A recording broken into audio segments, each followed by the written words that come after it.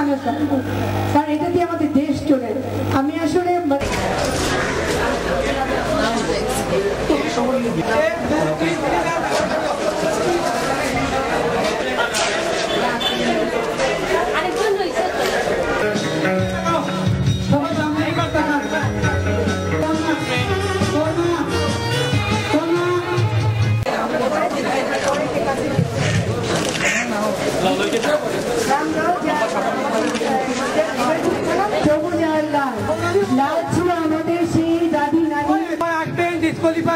এটা আমি কি নিয়মতান্ত্রিক বলছি না অনিয়মতান্ত্রিক?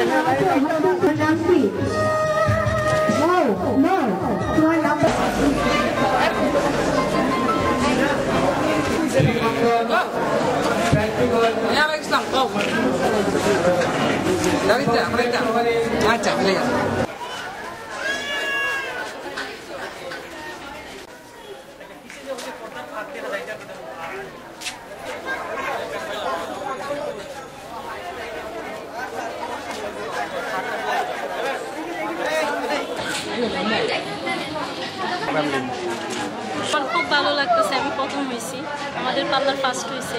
এরকম সাজগোজ করে আরও সবাই সুন্দর হতে পারবে। এখন তো আগের সাজের চেয়ে এখনের সাজ অনেক সুন্দর হয়। হ্যাঁ হ্যাঁ, প্রতিযোগিতা করলে বোঝা যায়, কোনো কিছু কম থাকলে সেটা বোঝা যায়। তো সিলেটে যেটা আমি দেখলাম যে এখানকার কালচারটা কিন্তু ঠিক মানে পুরোপুরি বাঙালিয়ানা নয়, কিন্তু বাঙালি ট্রেডিশনটাকে ঠিক কিন্তু বয়ে নিয়ে গেছে। আমরা বরং ঢাকায় থেকে বা আদার সিটিজে থেকে কিন্তু অনেক বেশি মডার্ন হয়ে যাচ্ছি, বাট সিলেট কিন্তু বাঙালিয়ানাকে ধরে নিয়ে মডার্ন আসছে, মানে ফিউশনটা বেশি সিলেটে। এটা আমি কিন্তু খেয়াল করি, আমার পার্সোনাল এক্সপিরিয়েন্স। এবং আমার পাশে যে মেয়েটাকে আমি দেখতে পাচ্ছি, ওর মধ্যে আমি সেই জিনিসটা বলেছিলাম যে একটু প্রবলেমের জন্য হয়তো ফার্স্ট হতে পারেনি, বাট ও কিন্তু নতুন কিছু ক্রিয়েশনের চেষ্টা করেছে। ওনার যে বিউটিশিয়ান, আই রিয়েলি অ্যাপ্রিশিয়েট হার। এটাই বলতে চাই যে ট্রেডিশনটাকে সঙ্গে নিয়ে একটা নতুন কিছু ক্রিয়েট করার, সেটা কিন্তু অনেক বড় সাহস লাগে, যেটা আমি সিলেটবাসীর মধ্যে দেখেছি।